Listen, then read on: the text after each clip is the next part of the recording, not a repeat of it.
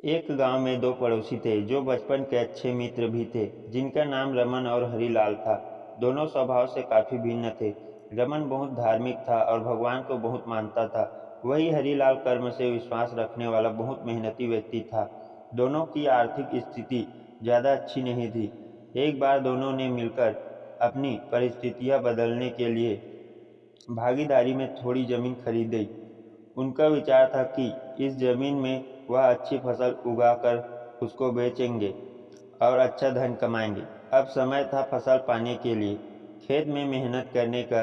मेहनती हरिलाल खेत में काफ़ी ईमानदारी से मेहनत करता, लेकिन रमन खेत से दूर ही रहता और मंदिर में जाकर भगवान से अच्छी फसल की उपज मिले इसलिए पूजा प्रार्थना करता। समय बीतता गया और कुछ समय बाद खेत की फसल पककर अच्छे से तैयार हो गई। इस फसल को दोनों ने व्यापारी को बेच दी, जिसके बदले उन्हें व्यापारी से काफ़ी पैसे मिले। अब बारी थी पैसों के बंटवारे की, तो घर आकर हरिलाल ने रमन से विनती की इस धन का ज़्यादा हिस्सा उसे दिया जाए, क्योंकि उसी ने खेत में ज़्यादा मेहनत की है।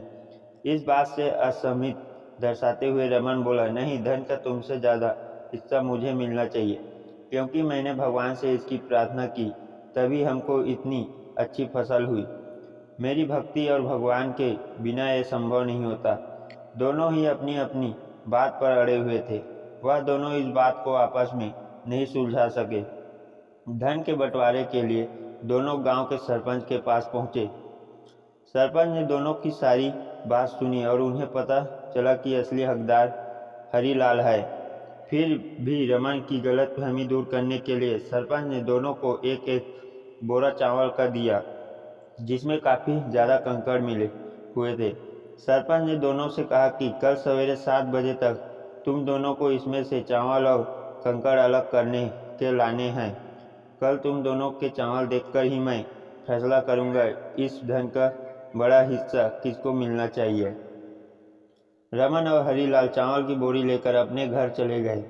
मेहनती हरिलाल ने रात भर बिना सोए चावल और कंकड़ को अलग किया, लेकिन रमन चावल की बोरी को लेकर मंदिर में गया और भगवान से चावल में से कंकड़ अलग करने की प्रार्थना करके सो गया। अगले दिन सुबह हरिलाल जितने चावल और कंकड़ अलग कर सका उसको ले जाकर सरपंच के पास गया, जिसे देखकर सरपंच खुश हुआ।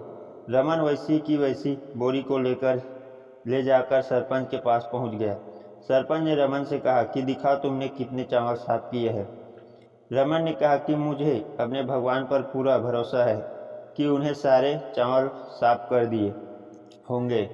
जब उसकी चावल की बोरी खोला गया तो उसमें चावल और कंकड़ वैसे के वैसे ही थे। सरपंच ने रमन को समझाया कि भगवान भी तभी सहायता करते हैं जब तुम मेहनत करते हो। सरपंच ने धन का ज़्यादा हिस्सा हरिलाल को दिया।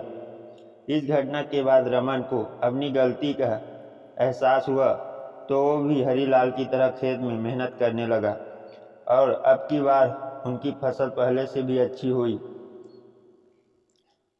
महत्वपूर्ण सीख। इस कहानी से हमें यह सीख मिलती है कि हमें कभी भी सब कुछ भगवान भरोसे नहीं छोड़ना चाहिए। भगवान हमेशा उसका साथ देते हैं जो कर्म करना नहीं छोड़ता। इसलिए हमें किसी भी क्षेत्र में सफलता पाने के लिए ज़रूरी मेहनत करनी ही चाहिए। कहानी अच्छा लगे तो आगे शेयर जरूर करिए। धन्यवाद।